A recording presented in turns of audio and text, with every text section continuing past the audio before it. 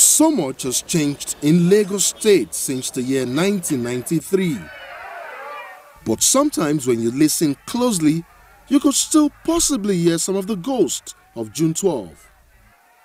In the Alakpere Ketu axis of Lagos, a giant reminder stands.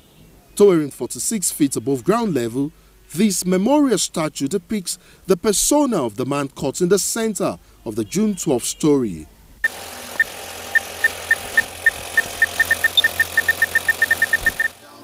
SDP, MKO, Kingibe, action! MKO, Kingibe, SDP, progress! It may or may not have been the TV campaign ads, but for sure, Nigerians were clearly intrigued by the man, Moshood Kashimawo Olawale Abiola. The legend of MKO Abiola had spread far and wide prior to the June 12, 1993 presidential election. The streets were livelier, the people more eager. Electioneering campaigns had sparked a fire that mostly burnt out religious and ethnic preconceptions amongst Nigerian voters. The amazing thing about it was so orderly, it was so free, visibly free, and the fairness was palpable. And we felt like heroes. Our country has done something right. Indeed, June 12, 1993 started as a very good day. As the day progressed, it carried with it the spirit and hope of inclusiveness collectively expressed by millions of voters. The result of the June 12, 1993 presidential election was never completely released and never made official. But something which emerged from the voting pattern and was rather quite glaring was the confirmation that the voters' choice clearly went beyond ethnicity and religion.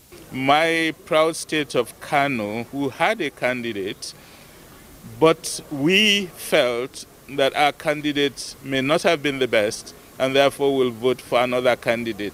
And that role played by Kano in delivering so many votes to the MKO Abiola is one of the positives we remember from that outcome. It is true that the presidential election was generally seen to be free, fair, and peaceful. However, there was in fact a huge array of electoral practices virtually in all the states of the Federation. The truth of the matter is that you do not have two sunrises in one day. Even in Africa, the sun rises only once a day, and that is the way it is. The people have made it very clear that that is what they want. The sun did rise and set on June 12, and the accompanying darkness was frightening. The protagonist in our story was known to have said something quite profound at the time, and I quote, "Democracy came at a price, steep but totally worth the people having their say." End of quote. The June 12 story has several heroes, but one stands out. But there were many other characters at play. In any event, there will always be the heroes and there will be the villains. But the good thing is for us to forgive and forget. What it tells us is that history matters, that it does not matter how you act, history will take care of everything.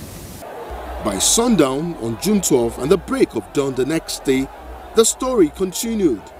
The June 12 story is definitely one for posterity. In Abuja,